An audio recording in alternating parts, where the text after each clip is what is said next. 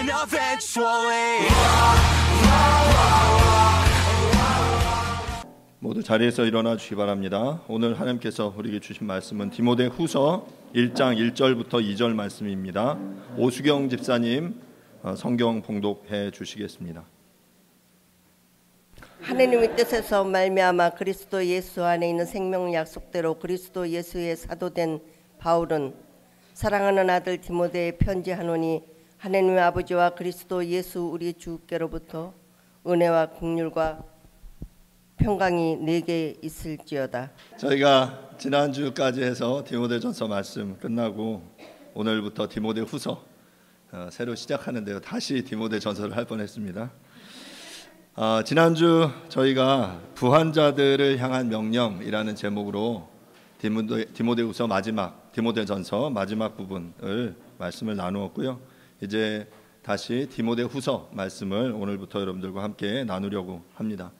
오늘은 디모데후서 1장 1절과 2절 말씀을 통해서 생명의 약속대로 사도된 바울이라는 제목으로 함께 말씀을 나누도록 하겠습니다. 오늘은 디모데후서 전체에 대한 간단한 개요와 오늘 함께 읽은 1절과 2절 말씀을 함께 살펴보려고 하는데요. 디모데후서는 바울의 여러 서신 중에 특히 이제 목회 서신 중에 한 권이다라고 말씀을 드렸습니다. 목회 서신으로는 세 권의 책이 있습니다. 디모데전서, 디모데후서, 디도서가 있고요. 디모데전서가 바울이 그 로마의 감옥의 1차 투옥 기간 이후에, 그러니까 사도행전 28장 이후가 되겠죠.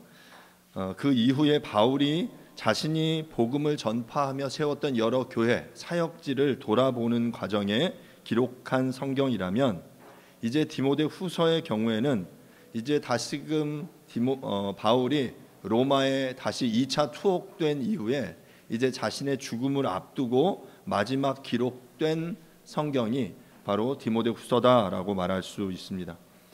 이 편지는 디모데전서나 디도서가 쓰여진 이후에 바울이 쓴 마지막 서신, 마지막 기록에 해당됩니다. 교회 사가였던 유세비우스는 바울이 네로의 통치 시기 AD 54년부터 68년경인데요. 또한 가장 극심한 박해가 있던 시기가 바로 AD 64년부터 68년인데 바로 이 시기에 어느 즈음에 바울이 죽임을 당했을 거고 이 즈음에 이 마지막 서신인 디모데후서가 기록되었다라고 말합니다. 보통 이제 디도서를 AD 66년경에 기록되었다라고 보거든요. 그러면 아마 AD 67년경 어느 기간쯤에 이 디모데후서가 기록되었다라고 많은 사람들이 추정합니다. 말씀드린 대로 이 디모데후서는 바울의 여러 서신서 중에 이제 마지막에 해당되는 책입니다. 그래서 이 서신을 장르로 약간 구별하면 고별담화라고 말할 수 있습니다. 성경 속에는 많은 이들의 고별 담화, 즉 이 고별 담화는 뭐냐면 이제 마지막 작별, 사별, 죽음을 앞두고 이제 그 사람들에게 당부하는 내용을 담은 글들이 바로 이 고별 담화에 해당되는 글인데요. 예컨대 모세오경에 보면 신명기 전체가 모세의 고별 담화다라고 말할 수 있어요. 모세가 이스라엘 백성을 향해서 이제 자신의 죽음을 앞두고 이 백성들을 향해, 이스라엘 민족을 향해 남기고 있는 유언과 같은 메시지가 신명기이고요. 또 여호수아서 마지막 부분에 23장, 24장이 바로 여호수아가 이제 죽음을 앞두고 이제 백성들을 향해 마지막 주고 있는 그런 명령입니다. 또한 다윗도 역대상 28장, 29장에 자신의 고별 담화를 남기고 있고요. 예수님께서도 요한복음 14장부터 16장, 이걸 다락방 강화라고도 하는데 이제 다락방에서 이제 예수님이 떠나시기 전에 제자들 향해 주시고 있는 마지막 그런 유언과 같은 명령이 바로 이런 고별 담화에 해당되죠. 이런 유명한 고별 담화들이 있는데 이 디모데후서도 바로 이제 그러한 형식을 담고 있다라고 말할 수 있습니다. 보통 이제 고별 담화가 담고 있는 일반적인 내용은 이런 것들이에요. 화자, 이 글을 쓰는 말하는 사람의 임박한 죽음에 대해서 알립니다. 이제 내가 곧 죽게 된다라는 것을 이야기하는 거죠. 그리고 하나님의 계명을 지키라는 지시를 하고요. 또한 화자가 죽은 뒤에 어떤 일이 일어날 것인가에 대해서 예언을 합니다. 그리고 위로의 말과 화자 뒤에 남겨질 이들에 대한 유익한 가르침, 그리고 화자가 말한 것들을, 가르친 것들을 기억하라라는 수신자들을 향한 호소가 담겨 있는 것이 바로 이 고별 담화의 주된 내용이다라고 말할 수 있습니다. 바로 이런 형식에 비추어서 이 디모데후서의 말씀을 읽을 때 이것이 정말 바울의 마지막 모든 것을 담아낸 그런 메시지 이야기구나라는 것을 우리가 알 수 있게 되는 것이죠. 이렇게 마지막으로 디모데에게 주어지는 이 메시지는 아마도 이제 디모데에게도 굉장히 의미 있는 메시지였을 거예요. 마지막으로 남기는 유언과도 같은 명령이었기 때문에. 그런데 이것이 단지 개인 디모데만을 향한 것이 아니라 또한 우리를 향한 그런 바울의 메시지로 우리가 함께 이 디모데후서 전체의 메시지를 함께 좀 나눠보도록 하겠습니다. 이 서신이 바울의 마지막 고별 담화라는 것을 염두에 두고 전체 본문을 이제 살펴볼 때 본문은 뭐 크게 이제 세 부분으로 나뉘어져요. 보통 이제 서신서가 다 그런 형식이죠. 인사말과 마지막 인사말, 서론과 결론이 있고요. 중간에 이제 본론의 형태인데 본론이 바로 1장 3절부터 4장 8절에 해당되는데요. 복음을 위해 인내해라. 그리고 거짓 교사들을 권면하는 이런 형식의 내용이 이제 본문에 등장을 합니다. 그리고 조금 더 세부적으로 보면 1, 2장과 3, 4장이 조금 더 이렇게 나뉘어져서 본문의 전체가 흘러가고 있는데요. 오늘 여러분들과 함께 나눌 본문의 말씀은 전체 이제 서론, 인사말에 해당하는 1절과 2절의 본문의 말씀을 오늘 여러분들과 함께 나누도록 하겠습니다. 1장 1절 말씀을 제가 다시 한번 읽겠습니다. 하나님의 뜻으로 말미암아 그리스도 예수 안에 있는 생명의 약속대로 그리스도 예수의 사도된 바울은, 그리고 이제 바울 서신을 저희가 이제 몇 권 함께 봤는데 뭐 바울 서신이 쓰여질 때 가장 뭐 독특한 형식이에요. 서신서에서 이제 발신자와 수신자를 이야기하는 거죠. 인사말에서 항상 이 편지를 쓰고 있는 자가 누구인지, 받고 있는 사람이 누구인지를 밝히는데 바로 분명하게 본문의 1장 1절은 이 발신자, 편지를 쓰고 있는 이가 누구인지를 분명하게 말하고 있어요. 바울, 내가 어떻게 사도가 되어서 지금 이 편지를 너에게 쓰고 있다라고 말하고 있습니다. 뭐라고 말하냐면 하나님의 뜻으로 말미암아 그리스도 예수 안에 있는 생명의 약속대로 그리스도 예수의 사도가 되었다라고 바울은 자신을 소개하고 있습니다. 저희가 한글 번역으로 1장 1절을 읽으면 맨 처음에 어떤 내용이 나냐면 하나님의 뜻으로 말미암아 이렇게 처음 나오잖아요. 근데 이제 원어나 영어 성경을 보면 이 처음에 뭐로 시작하냐면 헬라어는 파울로스 아포스톨로스 크리스투 이에수라고 나와요. 또 영문 번역도 마찬가지인데 Paul an apostle of Christ Jesus라고 나옵니다. 그러니까 맨 앞에 바울은 그리스도 예수의 사도이다라는 사실을 맨 앞에 이야기하고 있는 거예요. 그러니까 우리의 문장의 방식은 이렇게 마지막 뭐뭐뭐뭐 해서 뭐뭐이다라고 이제 마지막에 이렇게 어떤 동사의 내용이 나온다면 이 지금 뭐 영어나 헬라어의 구조에서는 맨 앞부분에 바울이 그리스도 예수의 사도이다라는 것을 먼저 이렇게 적시하고 그 내용들이 시작되고 있다라는 거죠. 그러니까 지금 이 내용이 맨 앞에 등장하는 이유를 다시 지금 생각해 보면 이 서신을 쓰고 있는 바울이 지금 이 고백이 무엇보다 자신의 정체성을 드러내는데 가장 중요한 내용인 거예요. 앞에 내가 바로 그리스도 예수의 사도다라는 사실을 먼저 이렇게 딱 적시하고 그 다음 내용들을 전개하고 있는 거죠. 여러분 생각해 보면 지금 바울은 로마의 감옥에 2차 투옥돼서 죽음을 앞두고 있는 상황이다라고 말씀을 드렸어요. 그가 왜 감옥에 갇혀 있습니까? 바로 사도됨으로 인해서 그가 감옥에 갇혀 있는 겁니다. 예수의 죽음과 부활을 목도하고 주님의 가르침을 전하라는 명령을 받은 이들이 바로 사도들이에요.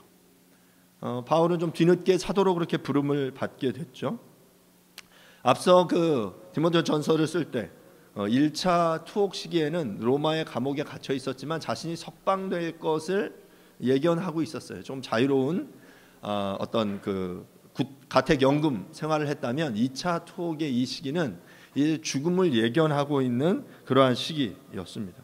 그런데 그렇게 죽음을 예견하고 있는 이 상황 속에서 바울은 자신의 사도됨을 인해서 지금 이 로마의 어둡고 추운 감옥에서 자신의 사랑하는 아들 디모데에게 편지를 쓰면서 무엇보다 자신의 사도됨을 강조하고 자랑하고 있는 것입니다. 저는 그 바울이 사도됨으로 말미암아 그리스도께 부름받아서 하나님의 명령을 맡은 자로서의 삶을 살아갔는데 그 내용을 여러분들에게 좀 설명하면서 사도행전 26장의 본문을 오늘 여러분들과 함께 좀 나누고 싶습니다. 사도행전 26장 9절부터 18절의 말씀을 한번 좀 찾아볼 건데요. 한번 성경 있으면 찾아보시고요. 사도행전 9장에서 바울은 다메섹으로 가던 도상에 주님을 만납니다. 그리고 그곳에서 자신의 인생이 완전히 이렇게 변화되는 경험을 하게 되죠. 근데 그 사도행전 9장의 본문에서는 그 예수님과 만난 그 사건, 예수님이 그를 부르신 그 사건에 대해서 별로 자세하게 얘기 안 하세요. 그런데 사도행전 26장 9절부터 18절 오늘 함께 좀 볼 내용인데 그 본문 속에서 이제 주님과 만났을 때 이야기를 아그리빠 왕 앞에서 굉장히 상세하게 해요. 그러니까 어찌 보면 우리가 사도행전 9장의 다메섹 도상에서 예수님과 그 바울의 만남을 조금 더 정확하게 이야기하려면 사도행전 9장이 아니라 지금 사도행전 26장의 이 바울의 고백, 바울의 증거를 보는 것이 훨씬 더 중요하다, 정확하다라고 말할 수 있습니다. 제가 사도행전 26장 9절부터 18절을 천천히 한번 읽어보겠습니다. 나도 나사렛 예수의 이름을 대적하여 많은 일을 행하여야 될 줄 스스로 생각하고 예루살렘에서 이런 일을 행하여 대제사장들에게서 권한을 받아 가지고 많은 성도를 옥에 가두며 또 죽일 때 내가 찬성 투표를 하였고 또 모든 회당에서 여러 번 형벌하여 강제로 모독하는 말을 하게 하고 그들에 대하여 심히 격분하여 외국 성에까지 가서 박해하였고 그 일로 대제사장들의 권한과 위임을 받고 다메섹으로 갔나이다. 왕이여 정오가 되어 길에서 보니 하늘로부터 해보다 더 밝은 빛이 나와 내 동행들을 둘러 비추는지라. 우리가 다 땅에 엎드러짐에 내가 소리를 들으니 히브리 말로 이르되 사울아 사울아 내가 어찌하여 나를 박해하느냐. 가시체를 뒷발질하기가 내게 고생이니라. 내가 대답하되 주님 누구시니까? 주께서 이르시되 나는 내가 박해하는 예수라.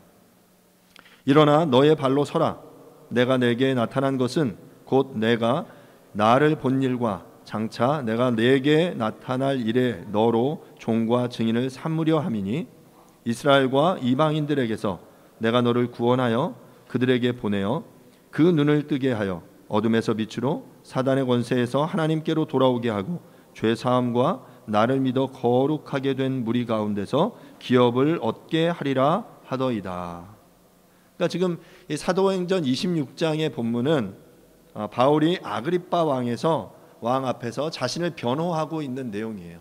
그러니까 지금 이 바울이 점점 이렇게 예를 들면 1차 재판을 받을 때 1차, 2차 대법원까지 가는 것처럼 마치 그 지역에서 재판을 받고 또 올라가서 또 받고 내가 로마 황제에게 가서 재판을 받겠다. 왜냐하면 그 모든 재판의 과정 속에 그가 원한 건 그가 어떤 재판을 잘 받는 것도 중요하지만 그것보다 그 과정 속에 복음을 증거하는 기회를 얻기 원했던 거예요. 지금 재판의 자리에서 지금 자기가 어떻게 예수님을 만났는지에 대한 사실에 대한 기록을 지금 아주 자세히 설명하고 있는 거죠. 팩트에 가깝게 그가 설명하는데 그 내용이 우리가 아주 잘 알고 있는 내용들이에요. 다시 그 10절에 보면 이렇게 말해요. 예루살렘에서 이런 일을 행하여 대제사장들에게 권한을 받아가지고 많은 성도를 옥에 가두며 또 죽일 때 내가 찬성 투표를 하였고 그가 대제사장들에게 이 예수 믿는 자들을 박해할 수 있는 어떤 이 권한을 받은 거예요. 그래서 그걸 가지고 많은 사람들을 옥에 가뒀고 또 그 사람들을 죽일 때 내가 찬성 투표를 했죠. 실제로 스데반을 죽일 때 바울이 그 중심의 역할을 했습니다. 또한 11절에 모든 회당에서 여러 번 형벌하며 강제로 모독하는 말을 하게 하고 그들에 대하여 심히 격분하여 외국 성에까지 가서 박해하였고 그러니까 외국으로 출장까지 가서 예수 믿는 자들을 박해하고 잡아오고 하는 일을 지금 바울이 아주 열심을 내서 했다라는 거죠. 그리고 이제 12절에 보면 이제 대장들에게 위임을 받아서 다메섹으로 가서 이제 결정적으로 또 그 일을 하기 위해서 가는 중에 그 노정에서 예수님을 만나게 되는 거예요. 예수님께서 그를 부르시죠. 사울아 사울아 당신 누굽니까? 네가 박해하는 예수다. 그리고 내가 너를 이제 이방의 사도로 부르겠다. 내가 너를 통해 그 이방의 그 18절에 보면 어둠에서 빛으로 사단의 권세에서 하나님께로 돌아오게 하고 죄 사함과 나를 믿어 거룩하게 된 무리 가운데서 기업을 얻게 하리라. 그러니까 그 이전까지 복음은 예루살렘에 한정되어 있었습니다. 사도들에 의해서 예루살렘 안에서 그들이 복음을 전하는 역할들을 했다면 이제 하나님께서는 이 복음이 이방을 향해 열방을 향해 나아가기를 원하셨어요. 그런데 그 일들 위해 사용되기 위해서 선택된 사람이 바로 누구냐면 바로 바울이었고 이제 바울을 주님께서 직접적으로 선택해 부르시는 거죠. 바로 그 장면의 메시지를 하고 있는 것입니다.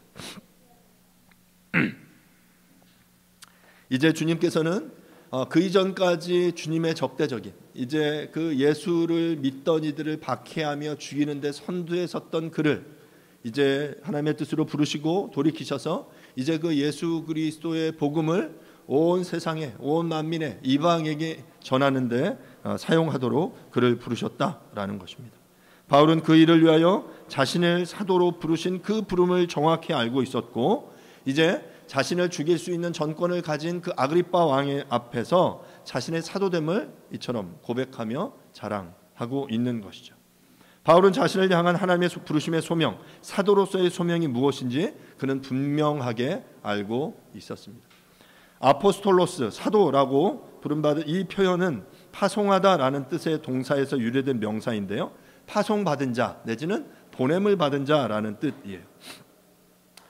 저는 이 사도라는 이 표현을 이렇게 들으면 이제 보냄을 받은 자잖아요. 그러니까 누군가에게 전권을 맡아서 그 명을 수행하기 위해서 보냄받은 자를 의미하는 건데 저는 이 본문을 생각하면 예전에 그 암행어사 출두야 하는 그 내용이 이제 좀 생각이 납니다. 암행어사가 마패를 들고 이렇게 그 정탐을 하러 다니다가 어느 순간이면 마패를 딱 보이면서 암행어사 출두요 하고 외치면서 막 이렇게 그 관군들이 함께 몰려 들어가죠. 그 외침에 힘이 있었던 것은 바로 왕이 그 마패를 지닌 이에게 전권을 행사할 수 있는 힘을 그에게 부여했기 때문입니다. 그래서 그 외침은 모든 상황을 반전시킬 힘을 가지고 있는 거죠. 사도 자체에게 힘이 있는 게 아니라 사도에게 부여받은 그 권한 그리고 그 힘을 부여한 분이 누구이신지에 따라서 그 힘은 다르게 나타나는 거죠. 바울은 이렇게 누구에게 그렇게 부름을 받았습니까? 오늘 본문은 뭐라고 말하냐면 첫 번째로 하나님의 뜻으로 말미암아라고 말하고 있어요. 디아 텔레마토스 데우라고 하는데요. 디아라는 표현은 무엇을 통하여라는 의미예요. 그러니까 바울의 사도적 기원 데우 하나님으로 의해서 하나님의 뜻으로 사도가 되었다라고 그는 밝히고 있는 것이에요. 그러니까 여러분 생각해 보세요. 앞에 그 사도행전 9장이나 26장의 흐름 속에서 바울이 사도됨에 대해서 고백하는 것을 생각해 볼 때, 그러니까 예수 믿던 자를 가장 선두에서 죽이던 인물이 이제 갑자기 도리어 그 예수의 복음을 증거하기 시작한 거예요. 놀랍지 않습니까? 그래서 처음에 그 바울이 예수를 증거하자 주변의 사람들이 그 바울을 처음에 못 믿었어요. 만나지 못했어요. 두려워서. 왜냐하면 이것 또한 어찌 보면 계략이 아닐까? 혹시 예수 믿는 자들을 잡기 위해서 자기가 이렇게 그렇게 예수쟁이가 된 것처럼 혹시 한 것 아닐까라는 의심이 또한 두려움이 그들에게 있어서 사도들조차 처음에 바울을 만나주지 않았습니다. 사람들이 그를 만나기를 처음에는 꺼려했어요. 자, 그런데 지금 바울에게 있어서 다메섹 도상에서 예수님을 만난 그 사건의 경험은 너무나도 강력했기 때문에 바울은 지금 이제 사도행전 26장에서도 그 이방의 왕 앞에서도 이런 자신의 경험을 자세하게 나누면서 이방의 구원을 위한 사역으로 부르신 이 부름이, 그러니까 이 기원이 전혀 나로부터 된 것이 아님을 증거하고 있는 거예요. 누구의 뜻으로? 하나님으로부터 이 일이 기원되었다. 그러니까 이 부름은 신적인 기원, 하나님의 명령을 따라 하나님의 뜻으로 말미암아 된 것임을 그는 이 본문 속에서 이야기를 하고 있는 거예요. 어떻게 인간의 계획으로는 이 정도의 그 어떤 반전을 만들어내기 어렵겠죠. 한 인생이 정말 이 반대로 이렇게 변화되는 이 모습을 우리는 바울의 모습 속에서 보게 되는 거죠. 두 번째로 1절 하반절에 보면 바울은 자신이 사도된 것이 그리스도 예수 안에 있는 생명의 약속대로 되었다라고 말하고 있습니다. 여기서 무엇대로라고 번역된 카트라는 표현은 무엇을 따라서 무엇에 부합하여라는 의미를 지니는데, 바울은 자신의 사도직이 그리스도 예수 안에 있는 생명의 약속을 따라서 된 것이며 또한 그것에 부합하여 된 것임을 이야기하고 있다라는 것이죠. 그러면 중요한 것은 그러니까 무엇에 따라서 무엇에 부합하여 된 것이냐? 그리스도 예수 안에 있는 생명의 약속에 의해서 그것을 따라서 되었다라고 말하는 거예요. 사랑하는 여러분, 그리스도 예수 안에 있는 생명의 약속이 무엇입니까? 그것은 바로 다름 아닌 복음입니다. 바로 복음이 바로 그 생명의 약속이에요. 그런데 그 생명의 약속은 어디에 있습니까? 바로 그리스도 예수 안에 있습니다. 예수 그리스도의 십자가의 대속으로 말미암아, 그분의 십자가의 죽음과 부활로 말미암아, 그것을 믿음으로 말미암아 우리 안에 영원한 생명이 주어진다는 그 사실이 바로 복음, 굿뉴스, 가스펠입니다. 즉 바울은 이 복음을 따라서 복음에 부합하게 사도가 된 것입니다. 바울이 이 생명의 약속대로 사도로 부름을 받았다면 우리들은 이 생명의 약속대로 복음을 따라서 하나님의 자녀로 부름받았음을 여러분 또한 기억하실 수 있기를 바랍니다. 이제 2절 말씀을 함께 보도록 하겠습니다. 사랑하는 아들 디모데에게 편지하노니 하나님 아버지와 그리스도 예수 우리 주께로부터 은혜와 공율과 평강이 내게 있을지어다. 여러분 다시 한번 그 성경 가지고 디모데 전서 1장 2절을 한번 보세요. 디모데 전서 1장 2절. 1장 2절을 보고 계시고요. 제가 이 디모데 후서 1장 2절을 읽어드릴게요. 한번 뭐가 똑같고 뭐가 다른지 한번 보세요. 저는 디모데 후서 1장 2절을 읽겠습니다. 여러분은 전서 1장 2절을 보고 계세요. 사랑하는 아들 디모데에게 편지하노니 하나님 아버지와 그리스도 예수 우리 주께로부터 은혜와 긍휼과 평강이 내게 있을지어다. 그러니까 지금 요 맨 앞부분에 전서에서는 믿음 안에서 참 아들 된이라는 표현이 나오고요. 그리고 디모데 후서 1장 2절은 앞부분에 사랑하는 아들이라는 표현, 요 표현만 달라요. 그러니까 디모데를 향해 이렇게 호칭하는 그 표현만 다르고 그 뒤에 인사말은 디모데 전서와 디모데 후서의 내용이 동일하다라는 것을 우리는 볼 수 있습니다. 그러니까 1장 2절은 뭐 이 서신서가 이렇게 갖추고 있는 것처럼 수신자를 명확하게 밝히고 있습니다. 디모데인 것을 밝히죠. 전서에서 믿음 안에서 참 아들 된 디모데라고 말했다면 여기서는 사랑하는 아들 디모데라고 부르고 있어요.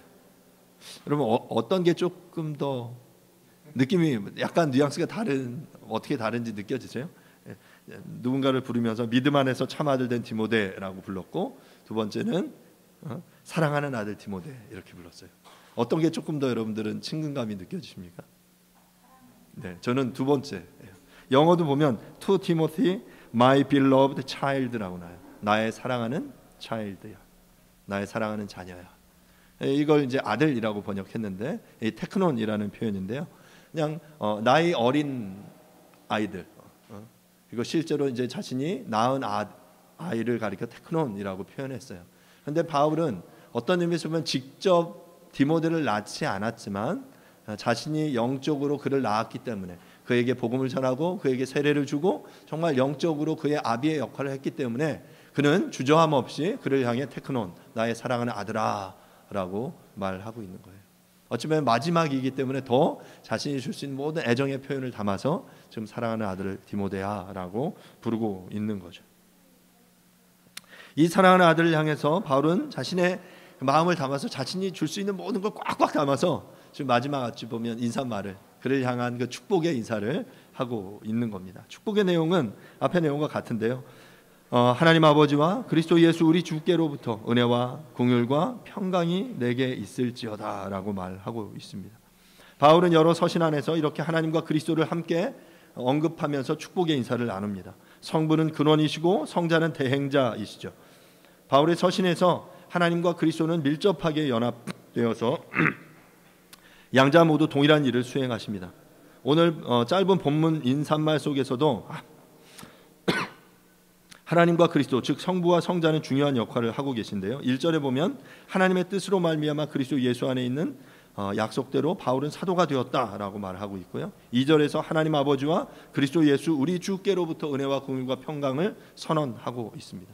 그러니까 1절과 2절에서 하나님 그리스도 이 성부와 성자가 계속 반복되어서 수신자인 디모데를 향해서 축복하고 이 발신자인 디모데가 어떻게 사도가 되었는지를 밝히고 있다라는 것이죠. 이제 그 성부와 성자의 이름으로 아버지 하나님과 그리스도 예수 우리 주의 이름으로 베푸는 그 축복의 인사의 내용은 은혜와 긍휼과 평강입니다. 앞서 설명드렸지만 다시 좀 설명드리면 카리스라고 불리는 은혜는 받을 자격이 없는 이들에게 베푸신 하나님의 사랑, 선물입니다. 이처럼 은혜로 값없이 베푸신 주님의 사랑이 바울 신학의 핵심 요소다라고 말씀드렸죠. 은혜로 값없이 되어지는 그 주님의 그 놀라운 구원의 놀라운 그 서정의 이야기들이 바로 바울 신학의 핵심이에요. 또한 엘레오스라고 불리우는 긍휼, 이건 자비라고도 번역되는데요. 이것은 불행하고 궁핍한 사람들에게 동정심과 자비를 베푸는 것을 의미합니다. 헬라어에서는 긍휼은 불행하고 부당한 일이 어떤 사람에게 발생했을 때 그것에 대한 반응이에요. 그러니까 누군가 힘겹고 어려운 일을 당했을 때 그것에 대해서 뭔가의 마음이 우리 가운데 일어날 때 그게 바로 긍휼의 마음이고 자비의 마음이에요. 히브리어에서는 이것을 헤세드라고 부릅니다. 그러니까 누군가 어려움 고난을 당했을 때 그를 향해 헤세드가 일어나는 거예요. 자비가 긍휼이 일어나는 거죠. 인간은 하나님의 긍휼을 요구할 수 없습니다. 그분은 자신의 뜻대로 긍휼을 자유롭게 우리에게 주시는 분이십니다. 평강은 전쟁의 중지, 평화로운 관계, 구약에서는 샬롬으로 표현되는데요. 적대 행위의 외부적 부재, 외적인 부재와 하나님에 의해 주어지는 총체적인 의미의 안녕을 의미하죠.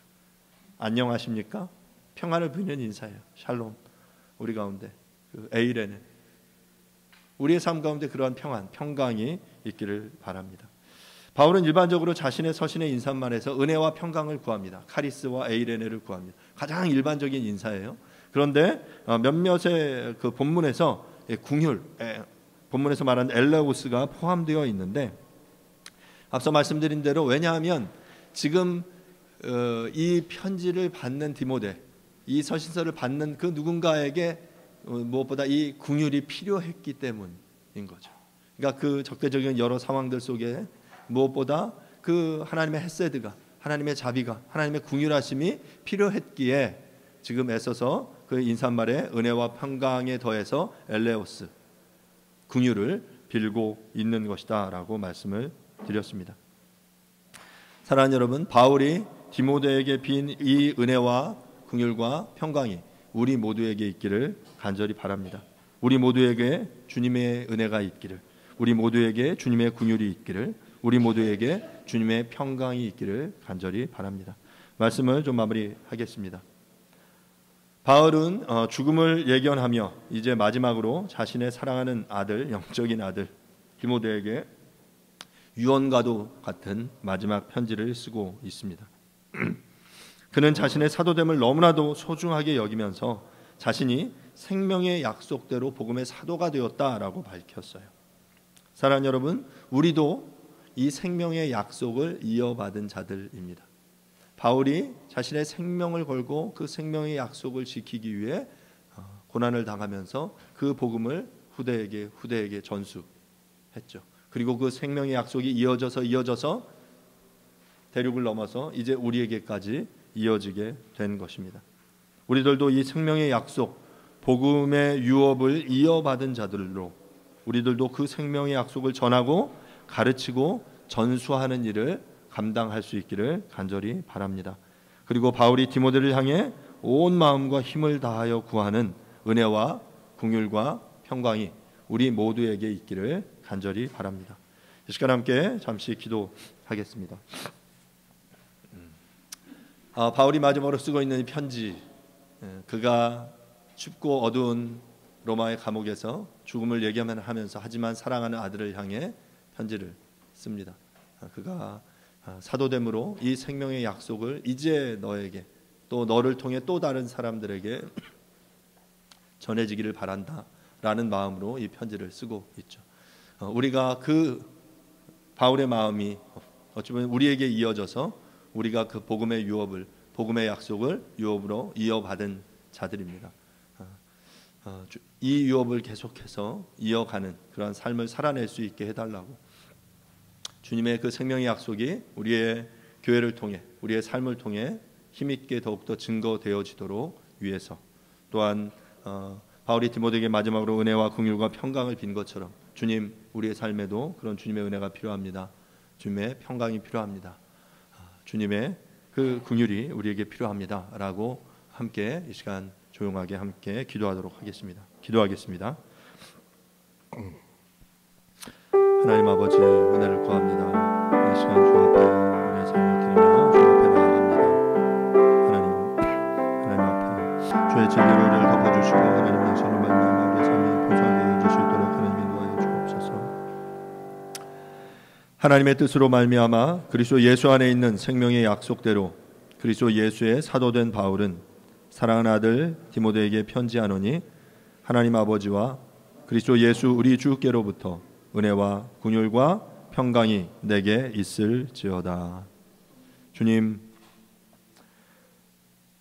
하나님의 뜻으로 말미암아 그리스도 예수 안에 있는 생명의 약속으로 이 바울을 사도되게 하신 주님, 이제 그 생명의 약속대로 그것을 통하여 우리를 주님의 자녀로 불러주셔서 감사합니다.